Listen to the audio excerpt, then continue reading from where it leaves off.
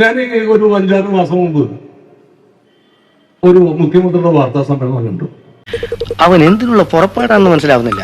അദ്ദേഹത്തിന്റെ ബന്ധുവാണോ സുഹൃത്താണോ ഞാൻ മറന്നുപോയി. സുഹൃത്തിന്റെ മകൻ അമേരിക്കയിൽ നിന്ന് വന്നു. അമേരിക്കയിൽ നിന്ന് വന്നിട്ട് പറഞ്ഞു, കേരളം കണ്ടപ്പോ ആ പയ്യൻ പറഞ്ഞു, കേരളം ഇത് എന്തൊരു മാറ്റമാണ്, അമേരിക്ക പോലും തോറ്റുപോകുമെന്ന് പറഞ്ഞു.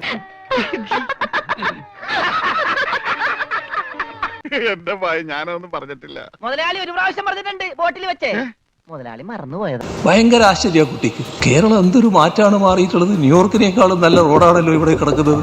ആ കടലിന്റെ ഉള്ളിലേക്ക് കൂടിയൊക്കെ പോയപ്പോ കുട്ടിക്ക് ഭയങ്കര ആശ്ചര്യം. നമ്മുടെ നാട് ഇങ്ങനെ മാറിയല്ലോ എന്നാണ്. ഇതിനാണ് അവനവൻ പാരാന്ന് പറയുന്നത്. എനിക്ക് സംശയം, ഈ പയ്യൻ ആരായിരിക്കും, എവിടെ ഉണ്ടാവും പയ്യൻ? അങ്ങനെ ഞാൻ ഈ പയ്യൻ അന്വേഷിച്ചിരുന്നു. എനിക്ക് പയ്യനെ കാണാൻ പറ്റി. നമ്മുടെ കുളമ്പാറുള്ള മാനസിക ആശുപത്രിയിലായിരുന്നു. അച്ഛനോട് ചോദിച്ചു, എന്താ ഇവിടെ കൊണ്ടൊക്കെ എടുത്ത്? അല്ല സലീമിന് അറിയാമല്ലോ, 2-3 പ്രാവശ്യം സലീം അമേരിക്കയിൽ വന്നതല്ലേ, ഈ കേരളം കണ്ടിട്ട് അമേരിക്ക എന്ന് പറയാൻ അപ്പൊ തന്നെ അവന് കുഴപ്പമുണ്ടെന്ന് മനസ്സിലായി. എല്ലാം കയ്യിൽ നിന്ന് പോവാ. ഈ ഇരിപ്പിൽ അങ്ങോട്ട് സമാധിയായാൽ മതിയായിരുന്നു. അത് കൊള്ളാം. ചില്ലും കൂട്ടിലാക്കി മുമ്പിൽ ഒരു നേർച്ചപ്പെട്ടിയും വെച്ചാ ബാക്കിയുള്ളവന് ചെലവിന് കാശും കിട്ടും. വേറെ ഒരു വാർത്ത വന്നത്, ഒരു വ്യവസായി വരുന്നുണ്ട് കേരളത്തിൽ പണം മുടങ്ങാൻ വേണ്ടിയിട്ട്. ഈ വ്യവസായിക്ക് പേരില്ലട്ടോ, പേര് പറയില്ല പുള്ളി. പയ്യനും പേരും അഡ്രസ്സൊന്നുമില്ല. അപ്പൊ എത്ര രൂപയാണ് മുടക്കാൻ ഉദ്ദേശിക്കുന്നത്? 3 ലക്ഷം കോടിയാണെന്ന് പറഞ്ഞു.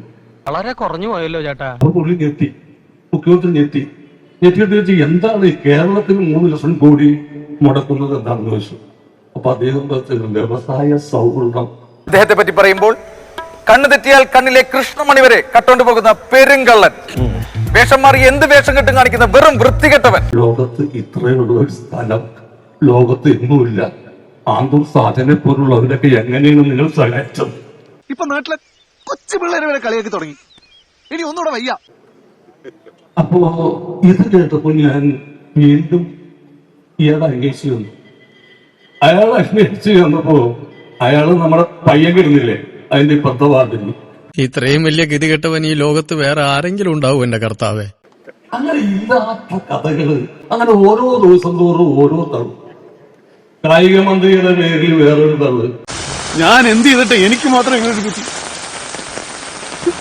എന്തിന്റെ കുഴപ്പമായത്?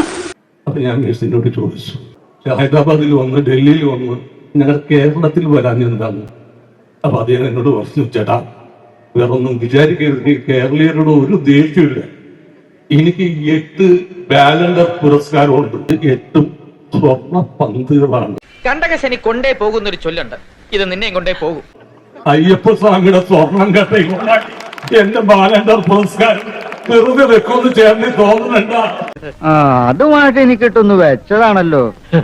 എന്റെ സ്വഭാവം അങ്ങനെ, ഞാൻ വെക്കുമ്പോ എല്ലാവർക്കും ഇട്ടൊന്ന് കൊള്ളും. അത് പലരും മനസ്സിലാക്കിയാ കൊള്ളാം. അങ്ങനെയൊക്കെ ചെയ്യാൻ ചേട്ടാ മറ്റാരും അല്ലാതെ. ഈ അടുത്ത കാലത്ത് ഞാൻ കേട്ട ഏറ്റവും വലിയ തമാശ പറയട്ടെ, അഴിമതി ഇല്ലാത്തതായി. LDF വരും, എല്ലാം ശരിയാകും. സജി, വീട്ടിൽ തന്നെ ഇരുന്നാ മതി. നീ പുറത്തോട്ടൊന്നും ഇറങ്ങാൻ നിൽക്കണ്ടാട്ടാ.